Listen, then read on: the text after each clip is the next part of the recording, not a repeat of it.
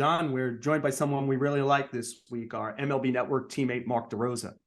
Yep, a great teammate. We love DeRosa. I think he's going to be a great manager of the WBC. I guess it'll be a proving ground to see whether he wants to do it full time. He's great on TV. We'll miss him if he's on TV. I think this is going to be a difficult job, but that lineup looks unreal with Arenado and Goldschmidt and Tucker and Turner and Betts and Trout. But if you look at the top 15 pitchers in Major League Baseball from the United States, very few of them are going to the WBC. We get it. We understand why it's more difficult to send the pitchers, but I don't think his job's going to be that easy. And we've seen in the past, the U.S. doesn't always win this. Yeah, we'll ask him about navigating how he gets players on the team, how he's going to use them, about his future, if he wants to manage or not in the major leagues as time goes by. John and I will talk a little bit about the Super Bowl. I might bring up Kyrie Irving out of no place to him. And we'll also do the players the people in baseball under the most pressure as this spring training begins. If you stick with us on the show with Joel Sherman and John Heyman.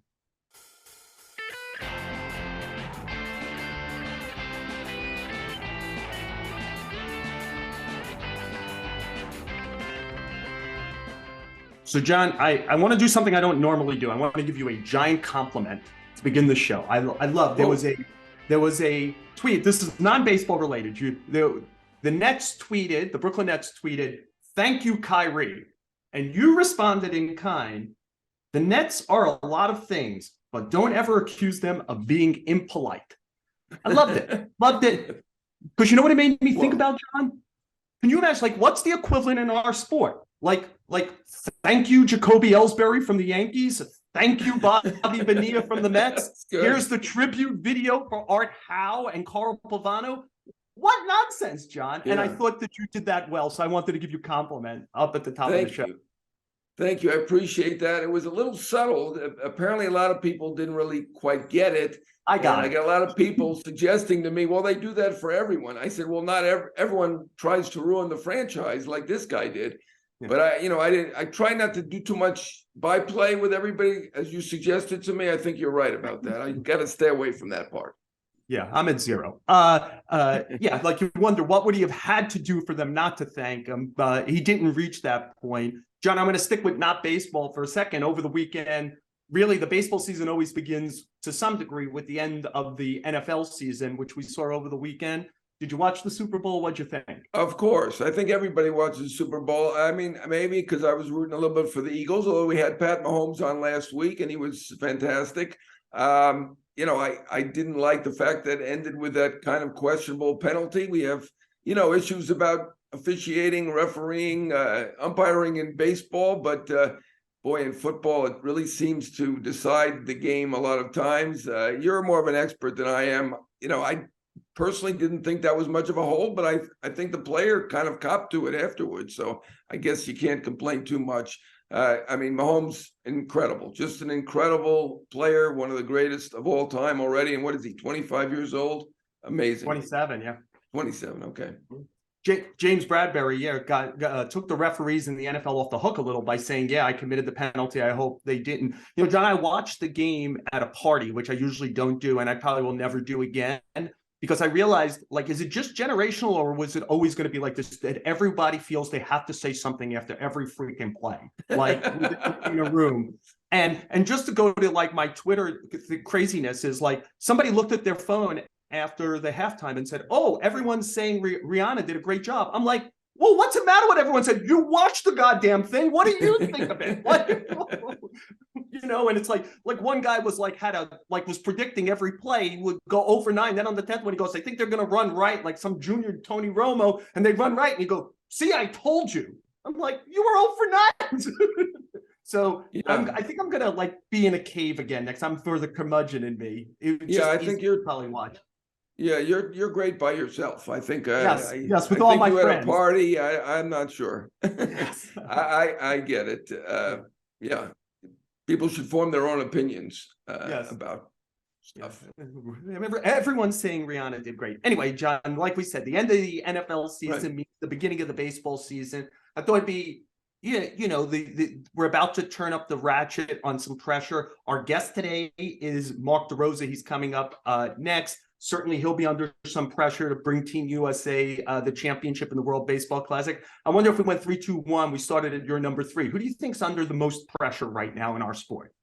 Yeah, I'm going to pick 3 people we've had as guests, and I'm going to go with AJ Preller as having pressure. He seems to be in great stead there. Obviously, they built an incredible team there in San Diego with the Padres, the owner Peter Seidler, Eric Grubner, the president. They do a terrific job, but and obviously they beat the Dodgers last year in the playoffs, so maybe that gives them more and more time. But there's some big contracts that he's given out, and obviously Bogaerts is a fantastic player. Some people might say $280 million is a lot of money. Yu Darvish, fantastic player, signed now up till 42. Some people might say that's a lot. I mean, AJ Preller is a great, great scout, and he does a great job with that. But I do think there is pressure on him at some point, because we know the Padres have got to be losing money the way that they've spent. And, it's great that they sold out Fan Fest and had to turn people away. There's so much excitement there, and they've taken advantage of it. I give them all credit for that. But if they don't beat the Dodgers in the regular season now, I think there's a bit of pressure on AJ Preller, the GM of that team. Yeah, I agree with you, John. I think we're going to think similarly on this, because my number 3 person is Billy Epler, because the Padres are spending the 3rd most on payroll this year. The Yankees are spending the 2nd most. But it's almost like you can't even describe what the number 1 team is going to do, which is the Mets. They're going to, between the payroll and the tax, they're going to spend nearly $500 million, and maybe they'll go over that by the time the trade deadline's done and they're completely done with the season. And I would make all our listeners recall that Steve Cohen did say, my goal is to win a championship within 3 to 5 years. Well, this year where they're spending $500 million is year number 3. At some point, somebody probably has to be held responsible if they don't get there. Billy Epler, it did not go well for him with the Angels. We're going to see, is his drafting mechanism better here than it was there? Is his procurement where he can pretty much get whoever he wants? Is that going to work? He's clearly got a great, probably Hall of Fame level manager in Buck Showalter. So I think it's pretty intense that they have to do better than simply a wild card and get into a round of the playoffs. Yeah, I'll say this on his behalf, and, Steve Cohen probably helped with a lot of this negotiation. I thought their deals were, in the frenzied free agent market, were rather logical. I wouldn't say they were huge bargains, but, I think Edwin Diaz got what he should have gotten, and Brandon Nimmo got what he should have gotten. They wouldn't have made my list of the craziest contracts signed. So if you take it contract by contract, it's pretty reasonable, of course. As you stated, in the grand scheme of things, when you've up to around $490 million spent, including the tax, there's going to be pressure on everybody, which brings me to my number 2, which is Buck Showalter, manager of the year once again. We are thinking alike. 4th time, I think he's manager of the year. One of the best managers of this era and probably any era. And certainly if he had Correa on the team, he'd have a target on his back, I think, to start things. But he does have a $490 million payroll, counting the tax. So he doesn't get to utilize that tax money, but still $380 million is a lot of money to spend. They won 101 games last year. They obviously did not play well in the postseason, which was very brief. So I do think, even though he was manager of the year and you and I greatly admire him as a manager, that doesn't mean anything, of course. I think he's another guy with pressure on him. Yeah, we're 3 for 3 for as far as previous guests on our show. We're going to go 4 for 4 with my number 2, who's Chaim Bloom. I think this is year 4 for him. And he's had an interesting bookends, right? He has 2 last place finishes around an AL championship.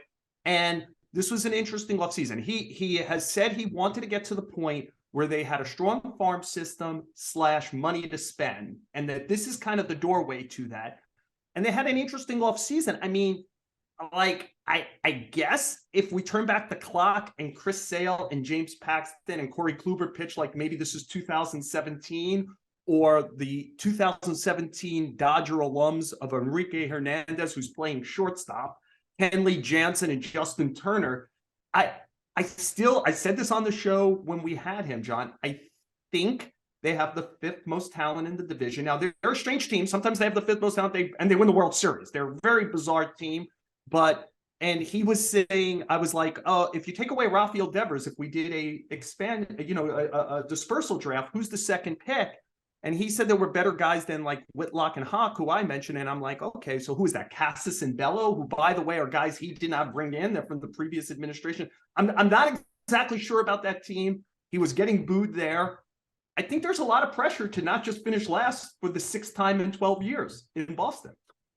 Well, we do think alike. Heimblum was my number one pick, so we've covered them all. Yeah, I was just at the owners' meeting where I ran into the team president, Sam Kennedy, and he pointed out that, they've had some big off seasons where they've spent a lot and it didn't work out. And then there were other off seasons where they just kind of filled in the gaps, like the one before 2013, where they signed Stephen Drew and I think Napoli, several other guys who were good players, but not superstars. They ended up winning the World Series. I don't know if that's a strategy that we don't sign great players and we win. I mean, that is part of their history. That is recent history. That is fair to say. But, I do think there is pressure on Heimblum. I don't blame him. I think that, ownership, who by and large, it's been great ownership. Obviously, they won the championship several times at this point with an organization that had never won before. But seems like they're a little bit resting on their laurels. And, if you don't bring back Betts, you don't end up bringing Bogarts back. I think those are ownership decisions. So I don't blame Heimblum, but I'm with you. He's on the hot seat. Yeah, the owners never fire themselves, so we got to put the guy on the hot seat who's likely to get fired there. Look, I keep wondering what it means for teams. One of the new rules this year is we're not on the divisional thing where you play 19 times against your opponent. So like the AL East, which I think is by far the best division top to bottom in the sport, you play 13 times. So like, will those teams now build a lot more wins over the course of the year by not having to play each other, but getting more against maybe some weaker teams in the sport? And that brings me to my number one guy, who's Rob Manfred, because we've never had a moment like this, John, where there are so many seismic rule changes coming all at one time. We have the pitch clock, we have fewer pickoff throws, the elimination of extreme shifts. In this week, we found out they're sticking now permanently to the extra inning rule, where we start with the runner on second for at least the regular season. For each extra inning, you're not going to be able to throw a position player except for in extreme situations in the game, which was part of this rule also. I mean, there's a lot going down, and this is going to be some laboratory. And John, you and I know this because of our two jobs, which are writing about it and then broadcasting about it. The moaning that's going to occur, especially in those first 4, 5, 6 weeks, as somebody finds the loophole to get through, or a team loses a game because a ball or a strike is called because somebody wasn't ready with the pitch clock. To me, this puts Rob Manfred under a big gun to start this season. Well, I mean, the guy in charge is always under a big gun. There's always stuff happening. And again, I was at the owners' meeting, and there's a lot of behind the scenes talk about Cone. What are we going to do? It's funny. There's no talk about the Oakland A's. We're doing just the opposite. They're not even trying to win. To me, the talk should be about the Oakland A's, but that's neither here nor there. And Rob Manfred hears it all the different complaints from all the different people. That's why he gets paid the big bucks. And, I for one, generally like these rule changes. And I may be on an island here, maybe not completely an island because they're going to do it again, but I like that man on second rule. I guess it's obviously not traditional, but when I see a game tied, I stick with that channel and watch that game. And previously, I'd be concerned, well, am I going to be watching a game for 7 innings and missing all the other games? Here, I know it's going to end fairly quickly. I get why the teams want to do it. It spares their pitchers who are already under the gun, as you would say. But I think it's great for the fans. I think it does create excitement. I know the traditionalists aren't going to like it, and maybe you don't. I think I'm in the minority, but I do like that rule. Yeah, I'm okay with it, but I'm more interested in the kind of the rules that are the big ones this offseason that we haven't seen in the major leagues before: the pitch clock, the eliminating of extreme shifts, and bigger bases / fewer pickoff throws allowed, per plate appearance. Because I like the idea of what they want to try to do, which is let's get the ball in play more, let's play at a quicker pace, let's have some more action on the base paths.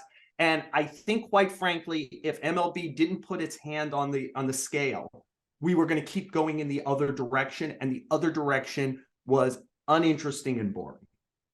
Yeah, I mean, we had Theo Epstein. He certainly went chapter and verse and explained it all. And I'm glad they banned the shift. To me, that's the big one. They're all going to adjust to that pitch clock very quickly, maybe with the exception of one or two that won't. But to me, the banning of the shift will be the most obvious change. And I'm tired of seeing those liners up the middle being caught by the shortstop. I think this is a good move. Yeah, I'm with you. And I'm curious how quickly I think they will adapt, how quickly everyone will adapt. John, if our listeners stick with us, before we get to the big rules in the regular season, we're going to play under the old rules during the World Baseball Classic. And the manager of the Team USA is Mark DeRosa, our teammate at MLB Network, and he joins us next on the show.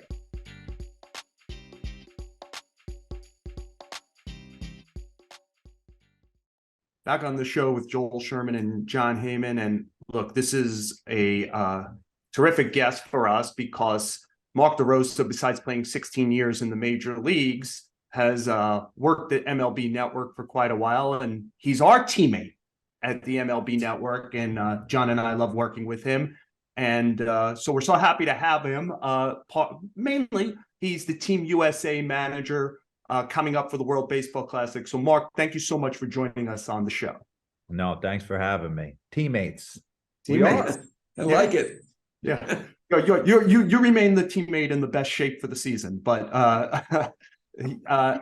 Mark, John and I have kind of taken on roles here, bad cop, good cop. Yeah. You probably guessed that I'm the bad cop, and I always get the first question. So I am curious about the gymnastics of putting together a roster, especially I wonder about the frustration when you have your eyes on clearly excellent players who you can get, how that kind of goes. It's hard to ignore that, like, just from the Yankees, Aaron Judge and Garrett Cole, who are probably their two biggest stars, are not on this team. I would think a Team USA manager would like to have them both. How does this go when you want someone and you can't get to them? Yeah, I think we reached out to every organization and let it be known that we were interested in, like you're saying, the Garrett Coles of the world, the Aaron Judges, reached out to Verlander, reached out to DeGrom, everyone you could think of, because I didn't want, sometimes I think you send a message through the organization and we don't know if it definitely bleeds down to the actual player. So I wanted it to be known who we wanted. We started at the top and you start whittling your way down. From a position player standpoint, every organization has been great. I played as a utility guy in 2009, and I thought it helped me. You're right into playoff atmosphere, playoff at bats. Man, it comes quick. It's like there's no ratcheting it up for the season. You're there. So when you return back to your parent club, I could have done away with the last 10 days of spring. I was ready for opening day. From a pitching standpoint, it's tough because I totally get it. These teams are trying to win a World Series. They got a lot of money invested in these guys. If one or two of them go down, it impacts the entire dynamic of a season. So I completely get that. On the flip side of that, an opportunity to represent your country, be a part of a roster that, man, from a position player standpoint, I could argue this is the greatest team that's ever been assembled. So, but I get it. I do get it. And there's all different variables. Like, for instance, a guy like Dylan Cease. Obviously, he would have been perfect. Young, flamethrower, coming in hot, coming off a runner-up Cy Young, makes total sense. From the White Sox perspective and from his perspective and his agency's perspective, he hasn't bid off the huge contract yet. So I can understand the give and take of it. And I'm proud of the guys that, as of right now, that we have. I mean, I'm ready to go to battle with all of them. The Adam Wainwrights of the world, Lance Lynn, Merrill Kelly's. So I'm excited. Our bullpen stacked. It's funny, you call these guys, they all want to do it. They all want to do it. And then some of them, for varying reasons, end up, I guess, just dropping out. But for the most part, we are a stacked roster. Yeah, the position players, amazing. Betts, you've got Trout, you've got Turner, you've got Tucker, you've got Alonso. I mean, Will Smith is a backup. You've got an all-star lineup, obviously. What do you think the pitching, how does it line up? You mentioned DeGrom and Verlander, and of course you've got Scherzer, who didn't, obviously these guys are not going to do it. Fried, you mentioned Cease, Cole was mentioned, Nola, Wheeler. Obviously the absolute best in the world are in our country. And, obviously it's much more difficult because the teams want to keep the pitching on their, regimen probably. And how do you feel about your pitching right now? You mentioned a couple names. How does it line up, the starting pitching in particular? Yeah, John, it's a great question. First off, I completely understand. Like we reached out to Justin Verlander personally, and he's like, Mark, I'm coming off Tommy John. I just pitched deep into the World Series. It would be asking my body an awful lot to ramp up this quick. So there are some guys where you totally understood why they didn't want to do it. It's funny.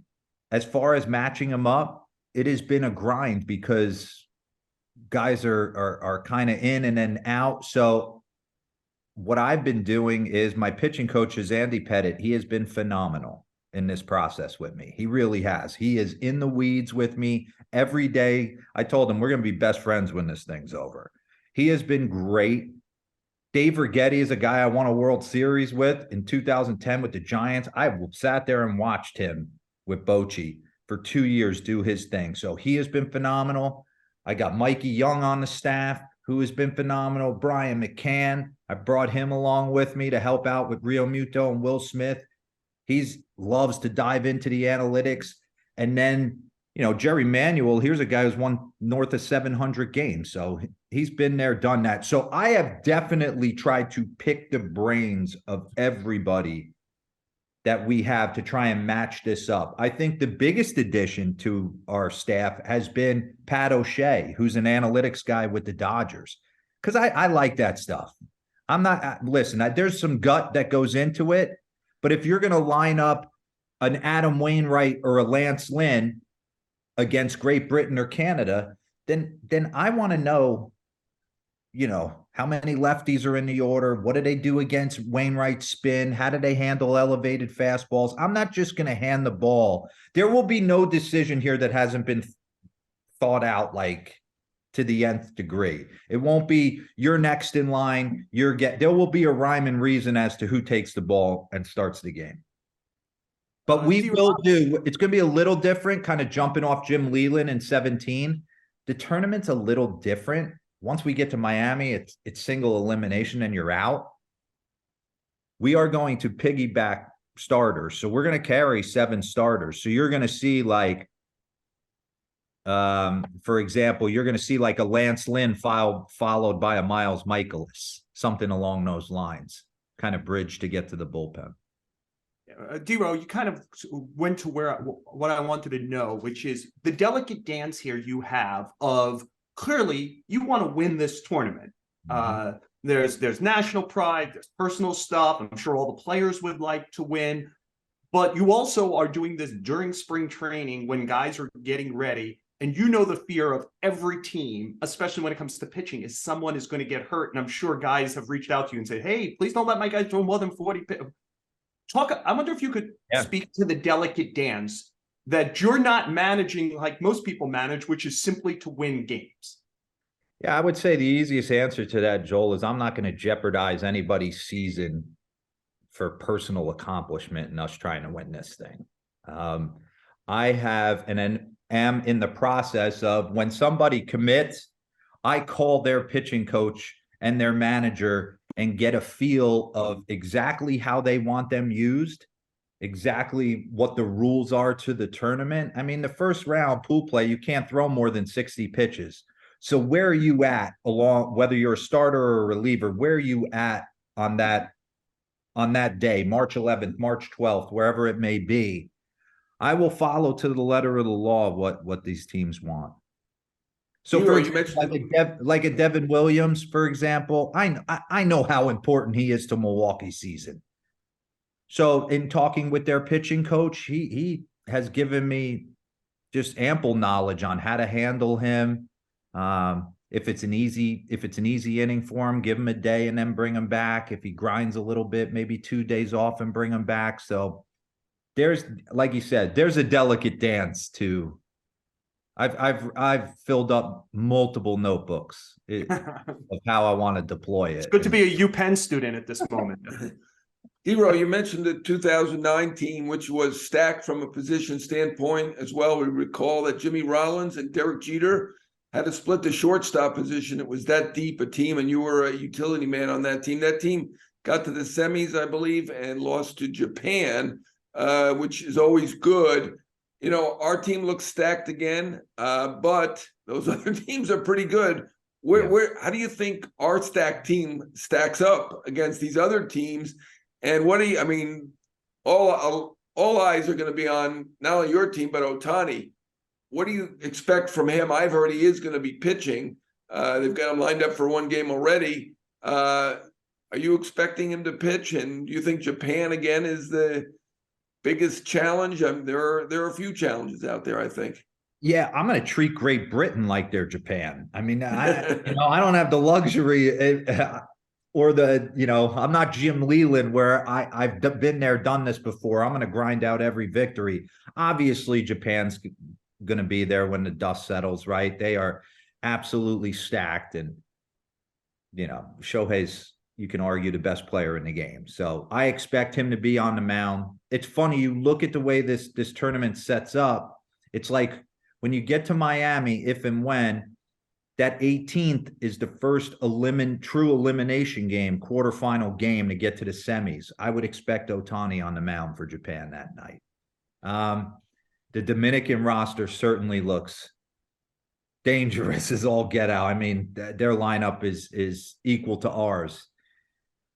I look in our pool play. Like I said, I won't look past Great Britain, but you look at a team like Mexico, there's a lot of big leaguers on that team, and they can run out a Julio Urias or a Taijuan Walker or a Jose Urquidy who can obviously certainly pitch well. So I like to believe, John, that we're the favorite.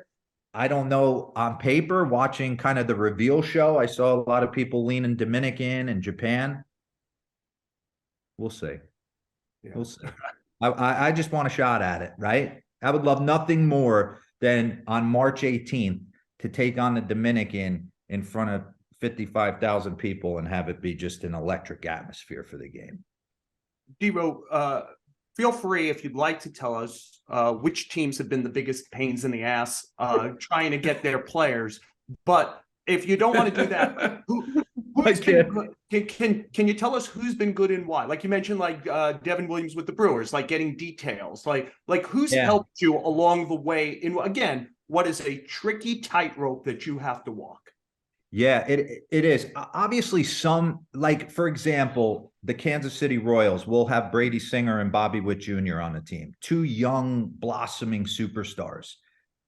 Their organization wants them full throttle in this thing. Like, this is good for them. This is great for Bobby Witt to be around the game's elite position players. It's only going to do right by him, right? For his kind of maturation. Brady Singer, they want him going. They want him to be their opening day guy. They want him to take that mantle to be their next big time starter. So they're like, D-Ro, ride him. Like, let's go. Like, we want him pitching in some big spots. St. Louis Cardinals has been awesome. Nolan, Arenado, and Goldschmidt have been phenomenal. I've reached out to Mozeliak, Ollie Marmol, kind of how I'm going to work Miles Michaelis and Adam Wainwright. They're all in on it. So there is a lot of organizations that are certainly have been really good in the process. But I just think it's funny. When I got named a manager, Dayton Moore, who was a former GM of the Royals, he drafted me. So I've always kept a great relationship with him. He's like, do yourself a favor. It's going to be a pain, but try and call every manager and every pitching coach and just let them know that you're not like who you are, how you're going to handle their guys. And it's been a siege to try and do that. But once you get them on the phone, man, they tell you a lot. Like Dave Roberts, take me inside Mookie Betts' head. He's been a tough guy to get on the phone. So like, take me inside where he wants to hit in the order. What's his plan coming into 2023? How did you use him? Why'd you lead him off? He wants to play a little second base. Can he legitimately play second base in a big spot? So there's a lot that goes into it. And I don't claim that was the beauty of when I played, is I got to know these guys on such a personal level that you can become a team leader by getting to know them. I've tried as hard as I could to like pick away at phone calls to try and get to know these guys and what makes them tick. D-Ro, I want to ask you about yourself. It does sound to me like a pain and a lot of work. You have a great job. You do a great job. And as Joel mentioned, we really love being your teammate. You're a great teammate, working at MLB Central, the star of MLB Central, along with Roflo and Lauren Shahadi. It's a fantastic show, as you know. I mean, do you have an aspiration? We know you interviewed for the Met job, which mistakenly went to Mickey Callaway. That's me talking, not you. I think they should have hired you, but do you have aspirations to be a manager? Why are you doing this? I know the Cubs and probably other teams have offered you coaching jobs. Would you be interested? I mean, you have a good job now, and it's I don't think as big a pain as this is. Would you consider managing? Oh, certainly. I would certainly. I think I tiptoed into, those interviews early, like with the Mets and with the Marlins. I was just so taken back that they called me. And I'm like, yeah, I'll go in for the interview. I went in like this, John. I just went in with, I guess I was supposed to have a binder or something with me because they were over pretty quick. But, in talking to AJ Hinch and Alex Cora and Booney and some of the guys that I played against and have a relationship with, they always have said, if you ever want to do this, you got to go in completely different. You got to go in and actually you're not going to take no for an answer. And I always kind of went in like, well, let's see where this takes me. And that's what Sandy Alderson actually said to me when they gave the job to Mickey. He goes, at no point did you give me the impression that you were like ready to really dig your toes in on this. So when this opportunity presented itself, I remember being in the car going through the Lincoln Tunnel to go meet Tony Regans to interview for it. I said, man, this would be the perfect opportunity for a guy like myself. I don't know if I'm capable of getting this job. I'm sure Joe Maddens and Mike Sochas of the world were in on this. I said, but I can kind of whet my appetite and kind of get a feel for it. And I just went full throttle on the interview. I just told Tony before it started, I said, listen, if the only hang up you got with me is the fact that I've never done this, then I think that's weak. So am I looking past it? No. I do have a great job. It affords me the opportunity to come home on the weekends, be a part of my son's life. He's 13 years old. He's right in the cut of 7th and 8th grade, getting ready to go to high school and playing baseball. I don't want to miss any of that. So I'm just well aware of, if I commit to it, you have to be all in. And I don't know if I'm 100% there yet. I'll probably let you know after this thing's over. I might never. How dare you have priorities in your life, Mark? But AJ Hinch said something funny to me. He goes, you're not going to get a feel for it doing this because you'll never have a roster like this. You're just going to be able to throw a lineup out there and let it do its thing. I don't know, though. We'll see. The pitching's got me having to coach a little bit. Yeah, you probably won't have a lineup like Betts first, Turner second, Trout third, Goldschmidt fourth, Arenado fifth. Alonso 6, Schwarber. Yeah, probably not going to Right. have that at some other point. I wonder if you could play salesman a little bit. You know, the NFL season's over now, but this will be a month that people kind of get into their brackets, March Madness. Why should people care about the World Baseball Classic? Yeah, I think for me, the reason people should care about it is just the passion that is oozed out of these other countries. Like, I know it's America's pastime, but there's a lot of things for our kids to do in this country that can steer them away from diving in on something like this. But I firmly believe that Latin America and Japan, and they have put so much heart and soul, and you see how much it matters, that it can't help but it is just by osmosis, just slowly rubbed off on the USA. I believe that. And in talking to these players, they are ready to go. Like Adam Wainwright, talking to him yesterday, he's thrown 60, 70 pitch bullpens already. These guys are chomping at the bit to get out there. Arenado has been hitting for 3 months. Goldschmidt, all these guys that I talk to on a nightly basis, they're not limping into this thing. In 2009, we limped in. We didn't know, right? So Jake Peavy takes the mound, and it's his third or fourth bullpen of him getting ready for a season, and he's pitching against whoever, Puerto Rico.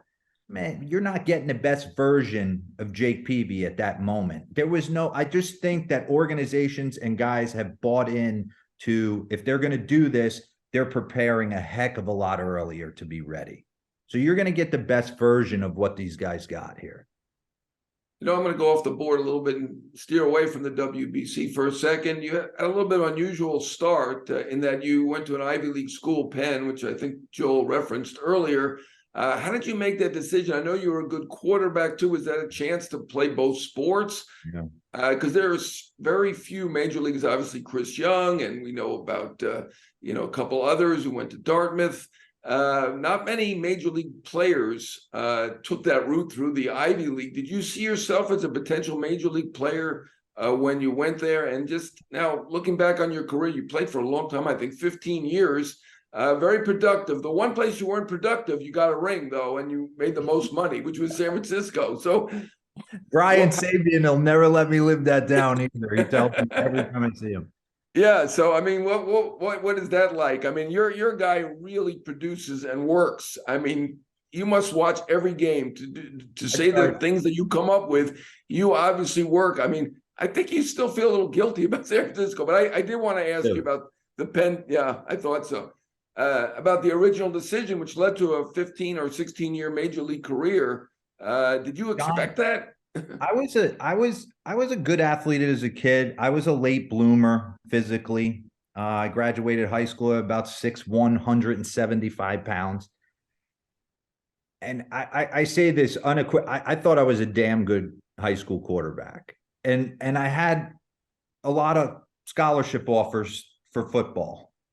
Rutgers and a lot of the UMasses of the world, all that whole Patriot League and kind of the 1AAs, the Delawares, and my dad wanted me to keep playing baseball. I wanted to keep playing baseball, but I wanted my parents not to have to pay for my school anymore. I felt like, man, if I could give them that. We come from a middle-class family, Carlstadt, New Jersey. I wanted them to be able to relax. Once the Ivy League started calling, my dad was like, well, this gives you the opportunity to do both. And I was like, and he goes, you would have never got in. I was probably right on the cusp grades wise. I wouldn't have got in normal. And when the UPenn football coach came to our house, he offered me a spot in the Wharton School of Business. So when he walked out the door, I didn't know what that was, to be honest with you, at the time. And when he walked out the door, my dad goes, we're remortgaging the house. You got to go there. And I said, what do you mean? And he goes, it's the #1 business school in the world. If you don't make it, the network it would be worth the money that we would be putting into your education. So we drove up on a Wednesday afternoon. I did not officially visit Penn. It was not even on the list. And I walked through campus, met a couple football players, walked through the Wharton School of Business, got in a car and committed to them. And the only way I was going to commit is if I knew I was on the baseball team, because I couldn't try out because I was going to be doing football. So we walked over to the baseball office, and the head coach of the baseball team basically said, like, hey, if he's vouching for you, I'll come watch one high school game and see what we got. And I mean, I was a good high school baseball player. So he was like, well, the fact that he didn't even know I existed bugged me. I mean, right down the road. I ended up going to Penn as a dual sport, but leaning football because they got me in. I ended up starting as a freshman in baseball at third base and played well. And then after my sophomore year of college, I got invited to Cape Cod to be a backup, to be a utility guy for the Bourne Braves. I was like, I'll go.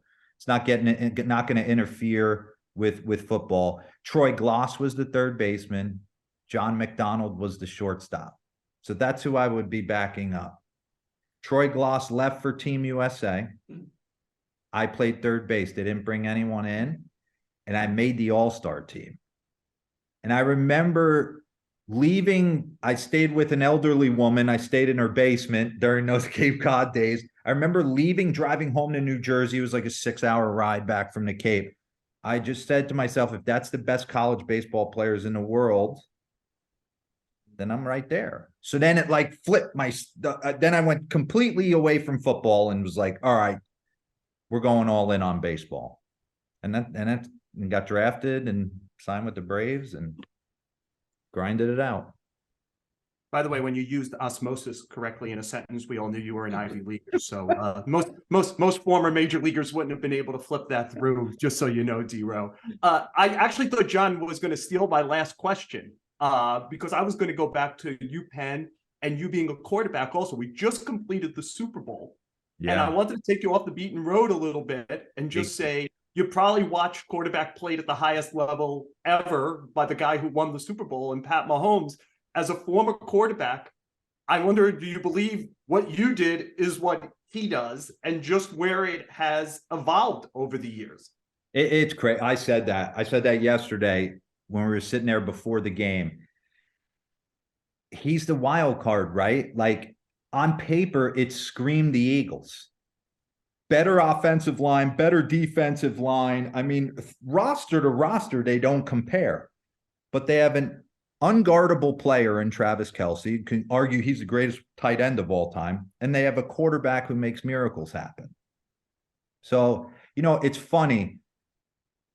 I love like diving in on the prospects and like going back and seeing what they look like in high school and seeing like what they look like in college. Pat Mahomes is one of those guys. I know he's a baseball guy. He's one of those guys like, I had to watch all his Texas Tech highlights because he wasn't this big, huge guy coming out, right? I know he went in the first round, but he wasn't a guaranteed lock. It just goes to show you, Andy Reid, you gave Steve Spagnuolo, who used to be the Giants D coordinator, so I've matched up against him with my Cowboy fandom for years. You give him 2 weeks to prepare. I know everybody was on the Eagles, but I wasn't surprised with the way it went down. John, did you like Rihanna at halftime? I liked Rihanna. I thought she did a hell of a job. My daughter liked Rihanna. I was hoping for the Rolling Stones. I'm not a Rihanna expert. Sorry, Mark. I know that shocks you. Mark, she wore all red. I believe the best all red unit was the Chiefs offensive line, which was supposed to be overrun and wasn't overrun. It held off the Eagles all game and allowed Mahomes to do what he did. So yeah, not one sack. Pretty amazing. So you got your own championship you're going to be going after over the next few weeks. That has the manager of Team USA for the World Baseball Classic before you rejoin our team at MLB Network. D-Row from both John and I. Great luck in the tournament, and thank you so much for joining us on the show. No, thanks for having me. I appreciate it. I love talking to you guys. You know that. Back on the show with Joel Sherman and John Heyman. And John, we get to play hit or error again as spring training is beginning. Do you have a hit or do you have an error? Well, continuing with my good guy, bad guy, or good guy, bad guy routine, I have a hit. I'm going to compliment the San Diego Padres once again for locking up Yu Darvish. AJ Preller, the GM there, has loved him, helped get him there and get him to Texas in the first place.